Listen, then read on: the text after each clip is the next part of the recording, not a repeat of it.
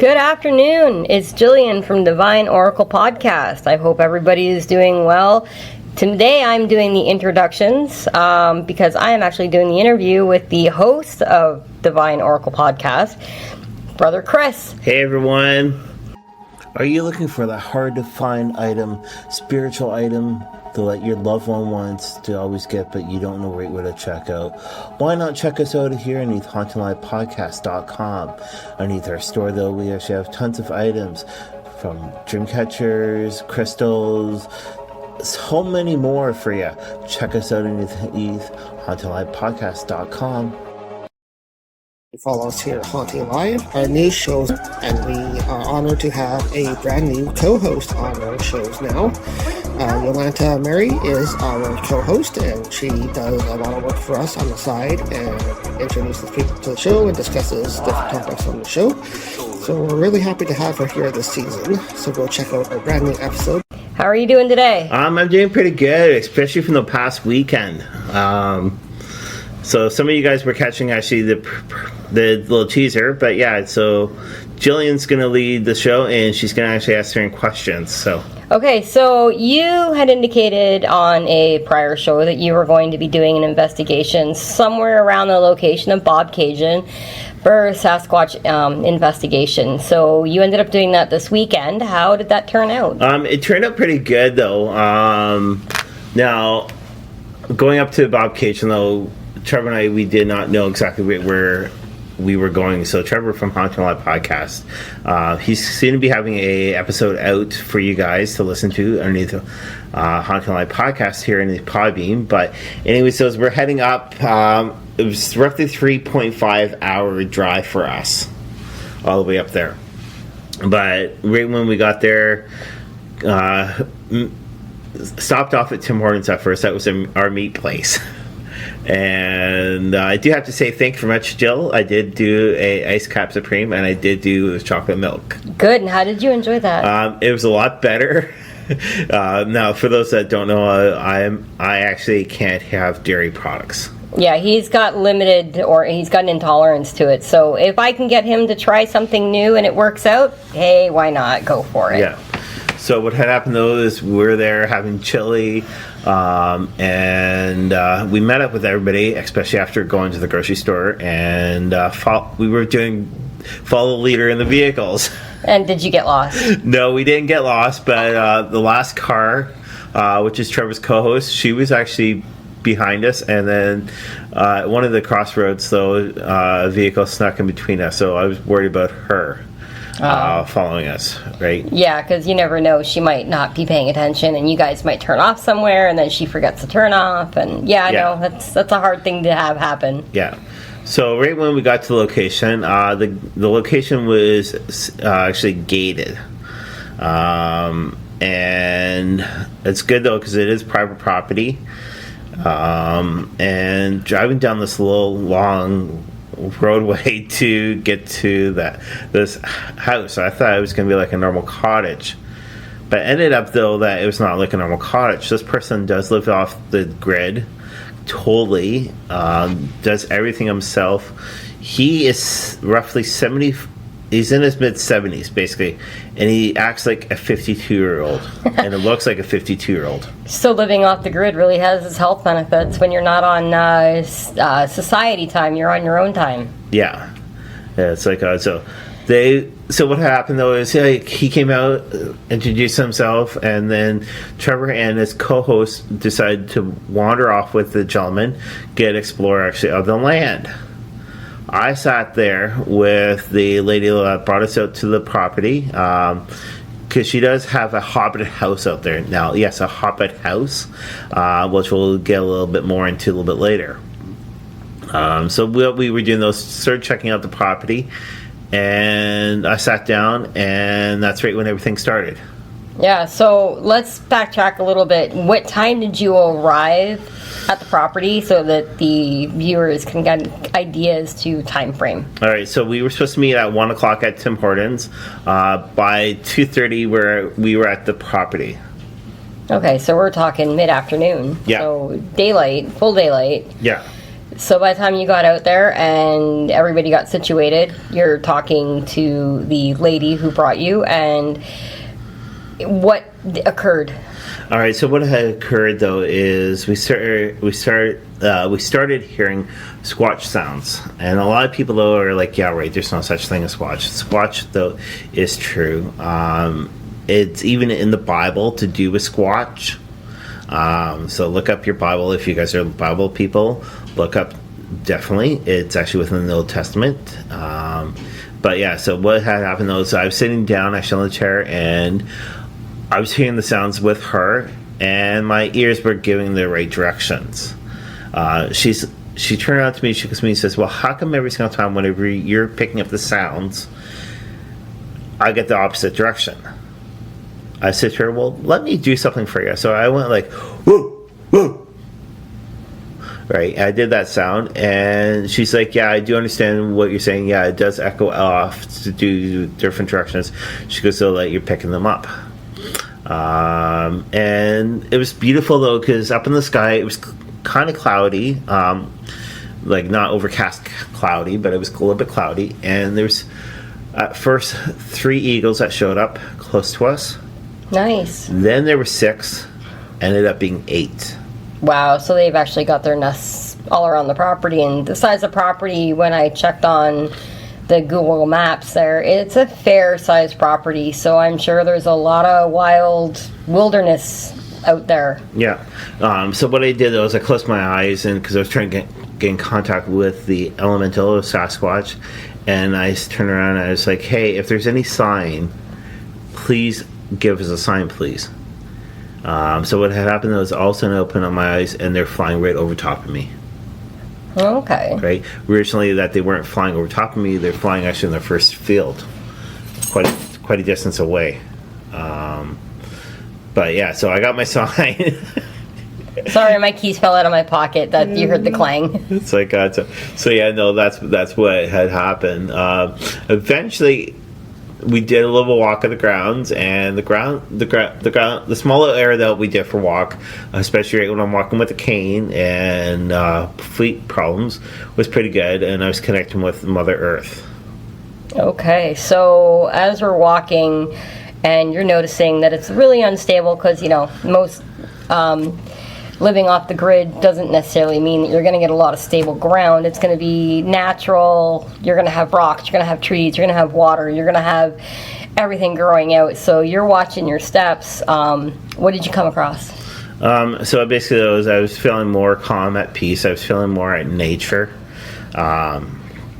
My mother-in-law, God I love her, she says to me, though, I would never be able to survive actually out in the wilderness, because she says, "Oh, you've lived in the city so long," and I'm like, "No, I would be able to live actually in this area." So what eventually happened was Trevor came back with the 2 other people, and before they just came back though, we decided to get actually into this lady's Jeep and sort of head down to a certain area. What had happened though is at first, so we saw the road, like the pathway for the vehicles, and it was really muddy, dirty. Oh, those are the best kinds when you've got a Jeep, throw it into all-wheel drive, away you go. Yeah. So we turned around, backed up, and waited until they got back, and then we took everything actually out of the vehicles, put it into her back of the Jeep, and then started hauling it down there. There was a tree though that was actually kind of knocked over. Okay. It was not natural. That this area here did have a really bad winter storm actually this year. So what had happened though is, we're heading down. Tree was able to get moved, but getting down to her hobbit house, got to be able to go inside. It was all man-made. It was gorgeous inside, like huge. It was like a huge room. There's an old wooden stove actually in there. She had some furniture in there, but she tried to get the electricity working, which is from the sun, so solar. And that was completely dead because of the winter. Yeah, because sometimes solar does end up not working throughout the winter. It also depends on your battery supply, your backup, the battery bank. so much work on solar, but it's beneficial if you can make it work for you when you're off-grid living, which could be maybe another topic for another day. So it's like, gosh, but yeah, no. Right when we were there, though, also be able to find an outhouse, like one of those really old historical outhouses. Oh, where they actually dug the hole so far down and they put a little seat. Oh, those are cool. Yeah. They stink, but they're cool. But what I did, though, is since I was kind of unpacking, though, I had fairy lights. And I decided to hook them up just in case if somebody at nighttime needs to go to the washroom. I told them we're all right where the battery switch was. It lit up, but it was too close to the knees for the door. Oh, okay. So they needed to go up a little higher. A little bit out more. Oh, a little more out. Yeah, okay. for the door. But yeah, and what we did, though, is we explored the property eventually, and I was told to lay actually on one stone, and because it was actually on a ley line. Now, if you want, you can explain what the ley line is. For those of us that may not understand, and those of us that do, we know that it's a level of energy that's designed natural element for people. But Brother Chris can go further into detail since he's the one that laid on it. Yeah. So basically, though, it's like what Jill just said. Though it is a energy field.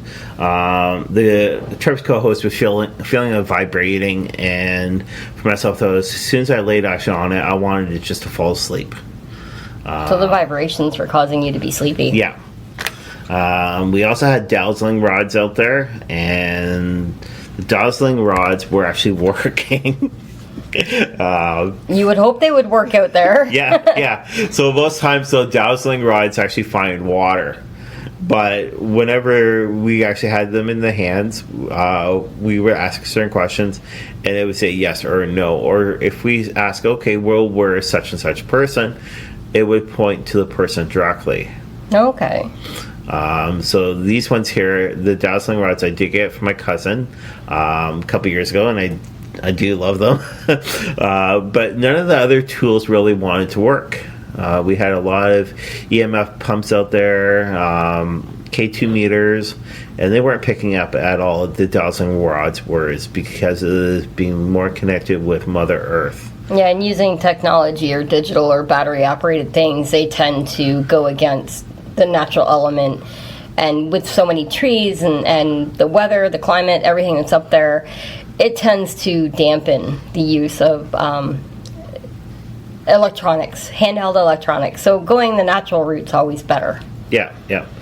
So eventually we ended up heading back over to the Hobbit house. We got our beds ready. I was using an air mattress with a pump inside, and gosh, it took two of us like an hour just to pump up the small mattress. So what time are we looking at after you've done this investigation? And I would say though that it was roughly around 5 o'clock. Okay, so you took a couple hours to do the investigation by the time you got there, and then it was back to the Hobbit house to kind of relax, take a break? Yeah, kind of get that ready, plus also dinner was being made. So we did bring our own good, healthy food. Since there's no heat, hydro, electricity out there. Or it's limited. Yeah. So basically we actually had to get our own stuff from the grocery store, and it was all healthy food, which is pretty good, and I love that. Now, the next thing, though, is the lady, though, I was originally with, though, cannot get a fire started. Once she gets it started, it's out. Oh, so she struggled with getting a fire going. Sometimes those fires are really hard to get going. Sometimes you're just really good at it and not always the best at it for some. All right, so we actually had our dinner. The gentleman that owned the property, he also started the fire outside. Oh, nice. Which was pretty nice. But what I also had, though, is I actually had tobacco. Okay, and what were you using the tobacco for? So tobacco, though, is actually basically a peace offering. Whatever you take from Mother Earth, though, it's always good to give some tobacco back. Basically, though, it's a peace offering for us Indigenous. Even though the three other people besides myself were non-Indigenous, they still did do the tobacco. altogether. And what had happened though is I did also have a smokeless fire pit with a lot of Palo Santos actually within it. And I can say, holy cow, white as a ghost. Yeah, that'll happen. Yeah. So I needed to double check because on the 27th, though, we're actually using it for my father's actually burial. But yeah, no. So going back to the location, everyone was inside much later after kind of downwinding. There was no ghost stories, nothing like that. And just general conversation, talking. Yeah. Yeah. And it was actually heated by an old wooden fireplace. Nice. So yeah, that was actually heated. A couple of one of the girls there was saying, "Oh, it's too hot," but for us, so it was not. Trevor and I, we couldn't get any sleep at night. Trevor got me up at 5 o'clock in the morning to go outside to use the washroom. Yeah, I guess at that time of night or middle of the night or early morning, maybe the sun hadn't come up yet or hadn't banked the Actually, trees. the sun was just coming up at that hour. So yeah. we were getting sunrise. Nice. Yeah. So what had happened though is we finally went in, and I had a spiritual dream. Since I was looking at it like not an investigation, nothing like that. I was looking at it actually as a spiritual retreat weekend away. So kind of unwind, kind of take a break, even though you went up to do an investigation on the Squatch. How did that turn out, since that's kind of the whole point of going up? Yeah. So basically, though, is Trevor and his co-host didn't really get anything. The Squatch was more in tune to the lady that invited us out there, so it was more in tune to her and myself. We were not scared at all. Again, Trevor's going to be doing a little bit more, actually, with his one podcast about this. So, again, check it out, Underneath Haunting Live podcast. I'm not too sure what the name is, but it's going to be worth checking out. Again, it's going to be underneath one of his ones that he's going to be posting within the next week. So going with all of that, you would say that you had a productive, relaxing weekend, maybe? I did, but the spiritual dream, though, which was really unusual. I've never had a spiritual dream, and I don't mind sharing it with you guys. Well, if you want, what was it about? How did it start, and how did it finish? Okay, so how it started, though, is I was actually with a whole bunch of Indigenous people, since I am Indigenous. I believe, though, that they were my ancestors, though, that were with me.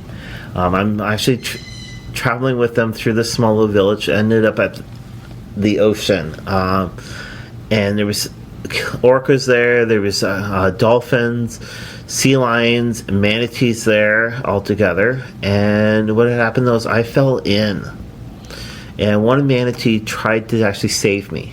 Well, that is their nature. Yeah, there was actually a dark shadow, but the manatee was able to throw me back onto the ground, which I do say thank you. So we're starting to climb up this one hill from the village, and what happened, though, is there was a step ladder. There was a whole bunch of steps going actually up, sort of like a ladder kind of style. So I decided, okay, I'm going to walk up it. As soon as I got up, though,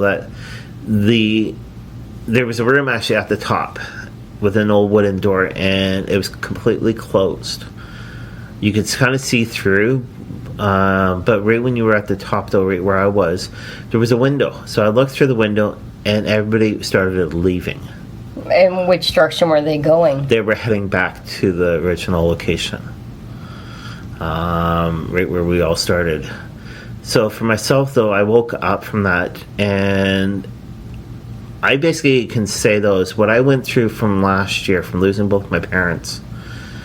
It was good, though, for me to be able to get this message. The reason why is because it was more or less my ancestors trying to say to me, don't worry about it, you're here. And with me falling into the water, though, and being saved, though, it was kind of like a rebirth. And the climbing the ladder is like you're climbing your own life, but even though the door was closed, it was just so you can't move on yet. Because the window hadn't been opened. It was there, but the door and the window were closed, but you could see what was on the other side and what they were doing. So maybe you just have to take a different path. Yeah. And you might find that open door, open window. Yeah. And that's why underneath the last recording for the promo for this one, I said, love needs to be actually there. Love is a strong thing. There's so much hate going actually on in this world right now. Grab your loved ones, grab your support, even grab your good friends. If a friend is more than a year or 2 years, that friend is for you for the rest of your life. Yeah, and a good friend can walk away and come back into your life after many years, and it's almost like no time passed at all. Like Brother Chris and I, we've known each other since I was in grade 9 when I was like 14. That's going back many years. So, we did have a break. We did do the separation thing, but we ended up catching up with each other. I can't remember how that happened. Might have been one day we saw each other in a store. Might have been on Facebook, social media. You contacted me back through Facebook, yeah. That's going back quite a few years, and you never know. People come, people go, but those just tend to stick around. Yeah. So what I can say though from this weekend though is if you guys ever get a chance though, go away, get off the internet, go somewhere though that you've never been before. Travel. Yeah. Go take a look at the rest of Ontario has to offer, and in some cases, travel Canada. Take a couple of days, take a weekend, long weekend if you can afford it, or you could get a break from work on you get a holiday Friday, holiday Monday, take off, go north, go south, go east, west. Even that's actually for our viewers in the States though. Even though that right now, Trump's in power, he's in hiding right now. I don't know why, nobody knows why, but again though is you need to take time, reflect actually on your own life. Don't worry about what the politics are doing. Worry about what you can control. You can't control what they do, but you can control your own actions, your own behaviors, and how you respond to things. So, with that being said, we're going to get going on this day, and maybe another day we can take up some more discussion on other topics. And if anybody out there has ideas, suggestions, feedback, we're always willing to listen. We're always willing to check out. And from me here at Divine Oracle Podcast, we thank you for listening, and we appreciate everything that you do in your everyday life, and we hope you have a good day. Are you looking for that hard to find item, spiritual item that your loved one wants to always get, but you don't know right where to check out? Why not check us out here underneath heightenedpodcast.com. Underneath our store, though, we actually have tons of items from dream catchers, crystals, so many more for you. Check us out underneath heightenedpodcast.com.